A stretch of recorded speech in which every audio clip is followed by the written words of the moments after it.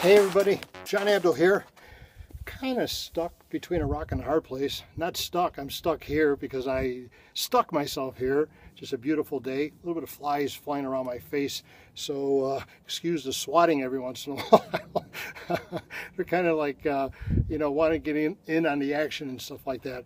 But literally rock hard place, figuratively rock hard place. And it's actually a good thing because the figuratively rock hard place is that a lot of times when I do these seminars, if not every time, when I write an article, do any type of short to long message, whether it's in writing or verbally or in a presentation, TV, video, whatever, it's never 100% complete. And the reason why it's never 100% complete is because it's a lifestyle.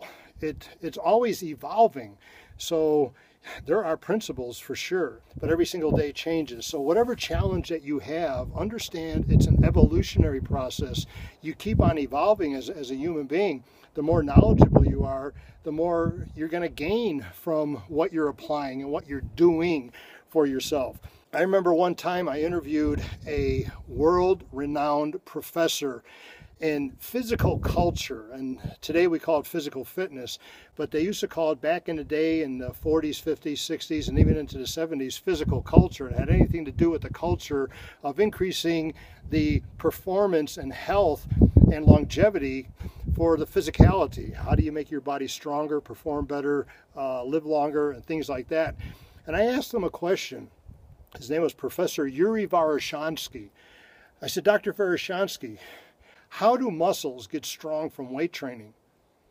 And he sat back and he looked at me, and it was through an interpreter because I didn't speak Russian, he didn't speak English. It was through an interpreter, and after he said a really short answer, and I'm thinking, wow, I don't know if that's going to explain it. And he said, basically, I can't answer that question. And I asked the interpreter, I said, ask him why he can't answer that question. He's the professor. He's a world-renowned professor. And he replied by saying it's such a complicated topic that he could talk to me all day and he still would feel incomplete. I don't know if it was an intellectually ego thing, not ego in a bad way, but it's like, hey, if I'm going to fulfill this guy's expectations of the question and prove that I'm an expert, I can't answer this question. So it was pretty interesting. That said, he should have gave me some answer. We kind of like blew past that.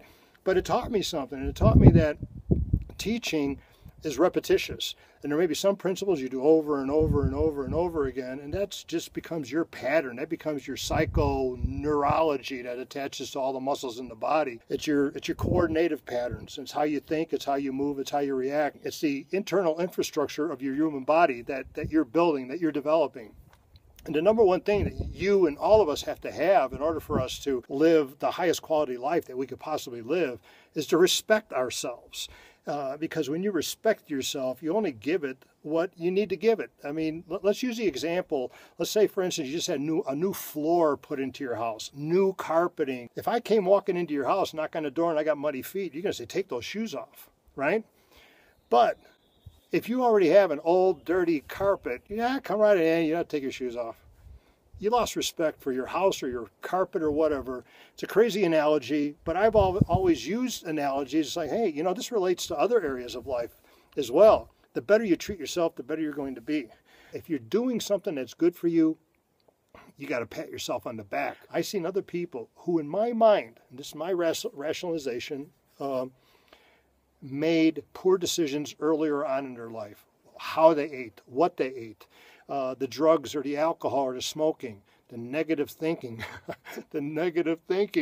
they won't get it out of their minds, and it ruins the constitution of the human body. So it's mind over matter. The I'm a doer lifestyle is not a physical lifestyle. It's a strengthening of the brain. It's a strengthening of the mind. It's making the proper decisions each and every day. So you keep doing the doer and stay committed to this channel here because what I just said, even though, let's see, how long is it? 9 minutes, 9.5 minutes. It's still not a complete explanation of everything we need to know. So stay committed and be eager and enthusiastic that there's much more to know. There's much more to grow. See you next time.